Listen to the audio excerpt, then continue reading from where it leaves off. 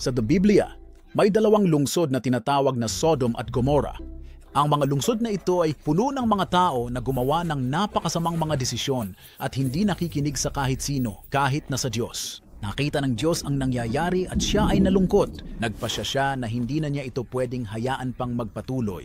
Ngunit may isang mabuting tao na nagngangalang Lot na nakatira sa Sodom kasama ang kanyang pamilya.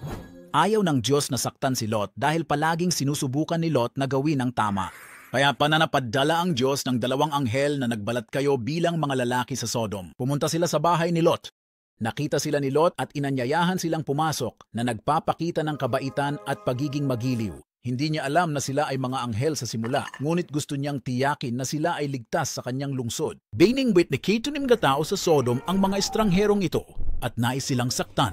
Pinalibutan nila ang bahay ni Lot at hiniling kay Lot na palabasin ng mga estranghero.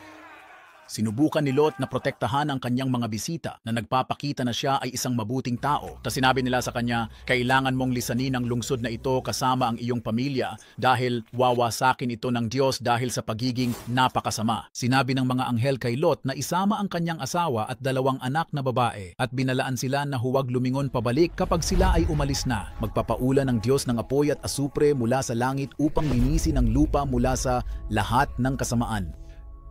Kaya tumakbo si Lot at ang kanyang pamilya sa kalagitnaan ng gabi. Tumakbo sila ng mabilis hanggat kaya nila, palayo sa mga lungsod ng Sodom at Gomorrah.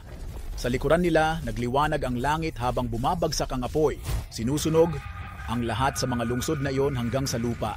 Parang isang higanteng bagyong apoy na nagwawalis sa lahat ng kasamaan. Gayunpaman, nagkamali ng malaki ang asawa ni Lot. Kahit na sinabi ng mga anghel na huwag, lumingon siya upang makita kung ano ang nangyayari sa lungsod. And dahil hindi siya man nakinig, naging haligi siya ng asin na natigil doon magpakailanman. Nagpatuloy sina Lot at ang kanyang mga anak na babae ligtas dahil nakinig sila sa babala.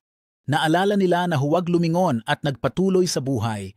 Naalala ang aral ng mangyayari kapag pinili ng mga tao na hindi gawin ang tama.